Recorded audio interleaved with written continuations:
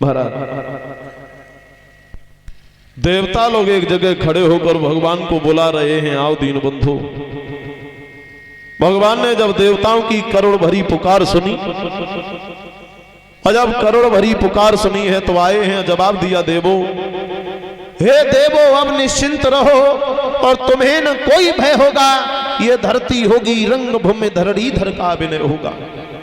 हे पृथ्वी, मेरी प्यारी पृथ्वी, मैं तेरा ताप मिटाऊंगा और दशरथ के यहाँ राम बन के अति शीघ्र अवध में आऊंगा। हम बहुत जल्दी अवध में आने वाले, इसलिए तुम जाओ। सभी देवी देवता वापस लौट के चले आए। ब्रह्मा जी के पास से होकर निकले तो ब्रह्मा ने पूछा, कहो देवताओं भगवान मिले? बोले हाँ मिले। क्या कहा? बोले ये कहा भगवान बहुत जल्दी अवध में आने वाले हैं। तो ब्रह्मा ने कहा, बधाई हो, भगवान अवध में आते हैं। सुर बोले उनकी सेवा में हम वानर बन के जाते हैं। सभी देवी देवता अपने अपने स्थान पर पहुंचे।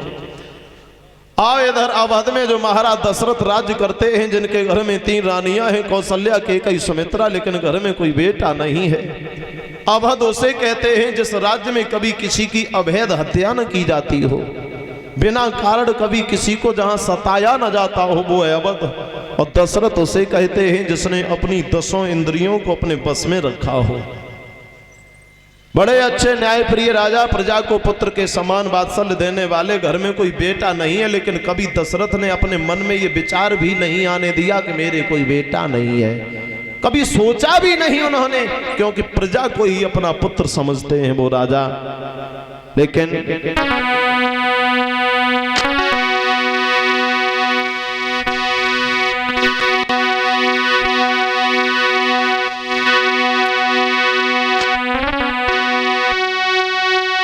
नीतिवान भूपाल सुनाऊं हाल प्रजा रह राजी।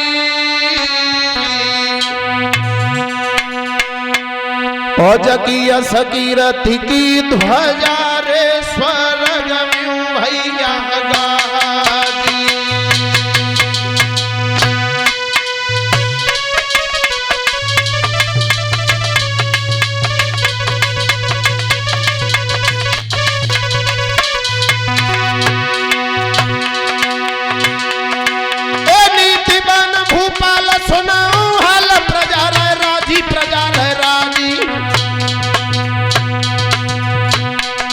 जकिया सकीरथ की ध्वजा रे स्वर्ग में बेटा गाजी।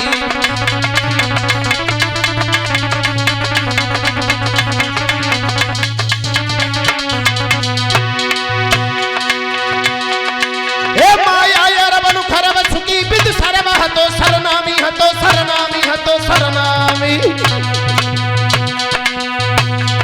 प्रजा में भोले राजा की नहीं करी रहो कोई बदनामी।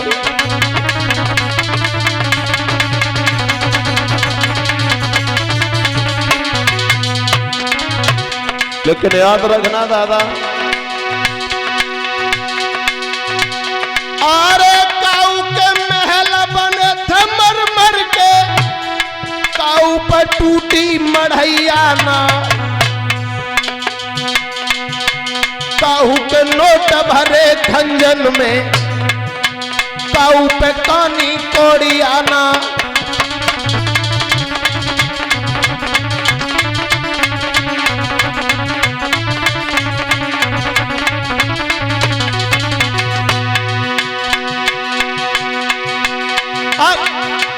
काऊ के बंद रहे हाथी या घोड़ा, काऊ पे एक बकरिया ना। काऊ के लड़का 10-10 खेले, भूप को बंश चलैया ना।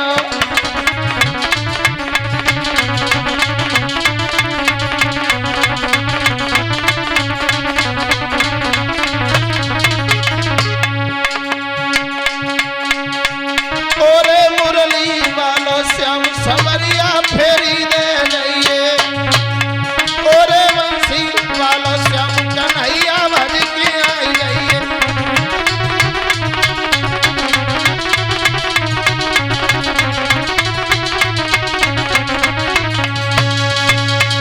महाराज दशरथ ने कभी विचार नहीं किया। एक बार अपने राज्य में घूमने के लिए चले तो रास्ते में धोबी और धोबिन मिले। जो धोबी धोबिन महाराज दशरथ को देख करके पीठ फेर के खड़े हो गए और आपस में बातें कर रहे हैं। आज हमने निर्वंशिया राजा का मुंह देख लिया, शाम को मुझे भोजन नहीं मिलेगा। महाराज दशरथ ने ये शब्द सुने, आंखों में आंसू भरे आए, मन में सोचने लगे, विचार करने लगे।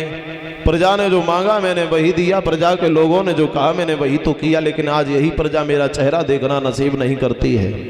तो एक बार भूपति मन माही और वही गिलानी मोर सुत नाही। कितनी बार मन में गिलानी हुई? केवल एक बार। अगर राजा दशरथ रोज यही सोचते हमारे घर में कोई लला ना आए, तो तुलसी बाबा जी ये भी लिख सकते थे कि बार बार भूपति मन माही, या ये भी लिख सकते थे कि अनेक बार भूपति मन माही। न बार बार लिखा न अनेक बार लिखा, तुलसी बाबा ने लिखा कि एक बार भूपति मन माही और भई गिलानी मोर सुत नाही। मन में गिलानी हुई, वापस लौट के आए, अपने गुरु के यहाँ पहुंचे, वशिष्ठ जी के यहाँ। तो गुरुदेव ने जवाब दिया है तुम्हारे घर में एक दो नहीं चार चार बेटा आने वाले हैं, काम करना पड़ेगा। कौन सा? अपने घर में तुम पुत्रेष्ठ यज्ञ करवाओ। तो श्रृंगी रे सहे वशिष्ठ बुलावा, ओ पुत्र काम शुभ यज्ञ रचावा। श्रृंगी ऋषि को बुलवाया गया और श्रृंगी ऋषि को बुला करके घर पे पुत्रेष्ठ यज्ञ करवाया गया। जो श्रृंगी ऋषि महाराज दशरथ के दामाद थे, बुला करके यज्ञ करवाया। भगत सहित मुनि आहुति दीने, प्रगटे अग्नि चरु कर लीने। हाथ में अग्निदेव भगवान निकले, हाथ में चरु का पात्र है, तीनों रानियों को प्रसाद दिया। आइए इस अंगे का प्रसंग हमारी श्रद्धेय दीदी जी के मुखारविंद से सभी भक्त बड़ी शांति और धैर्य के साथ में श्रवण करेंगे। बड़ी विराम से पूर्व चाहूंगा सभी लोग ताली बजाते हुए भगवान का एक पावन नाम बोल लेते हैं। उसके उपरांत हमारी श्रद्धेय दीदी जी के